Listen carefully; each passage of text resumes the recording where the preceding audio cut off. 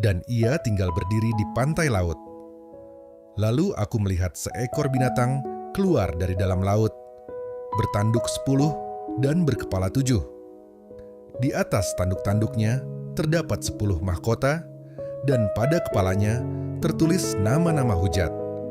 Binatang yang kulihat itu serupa dengan macan tutul, dan kakinya seperti kaki beruang, dan mulutnya seperti mulut singa.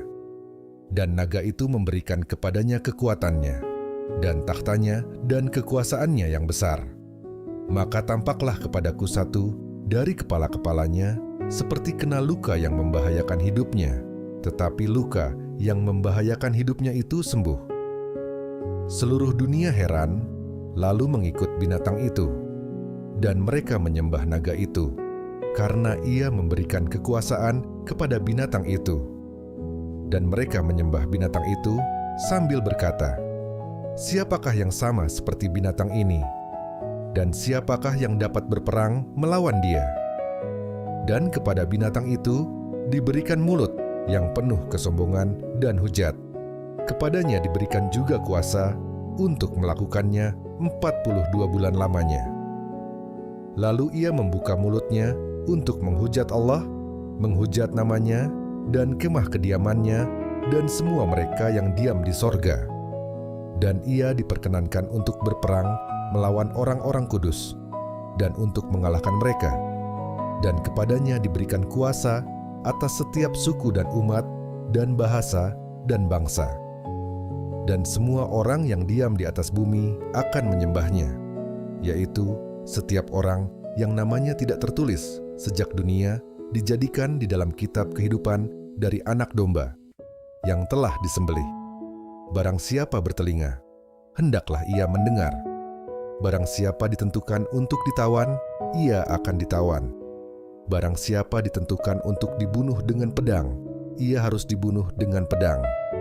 Yang penting di sini ialah ketabahan dan iman orang-orang kudus. Dan aku melihat seekor binatang lain keluar dari dalam bumi dan bertanduk dua sama seperti anak domba, dan ia berbicara seperti seekor naga. Dan seluruh kuasa binatang yang pertama itu dijalankannya di depan matanya. Ia menyebabkan seluruh bumi dan semua penghuninya menyembah binatang pertama, yang luka parahnya telah sembuh. Dan ia mengadakan tanda-tanda yang dahsyat. Bahkan ia menurunkan api dari langit ke bumi di depan mata semua orang. Ia menyesatkan mereka yang diam di bumi dengan tanda-tanda yang telah diberikan kepadanya untuk dilakukannya di depan mata binatang itu. Dan ia menyuruh mereka yang diam di bumi supaya mereka mendirikan patung untuk menghormati binatang yang luka oleh pedang namun yang tetap hidup itu. Dan kepadanya diberikan kuasa untuk memberikan nyawa kepada patung binatang itu, sehingga patung binatang itu berbicara juga dan bertindak begitu rupa, sehingga semua orang yang tidak menyembah patung binatang itu dibunuh.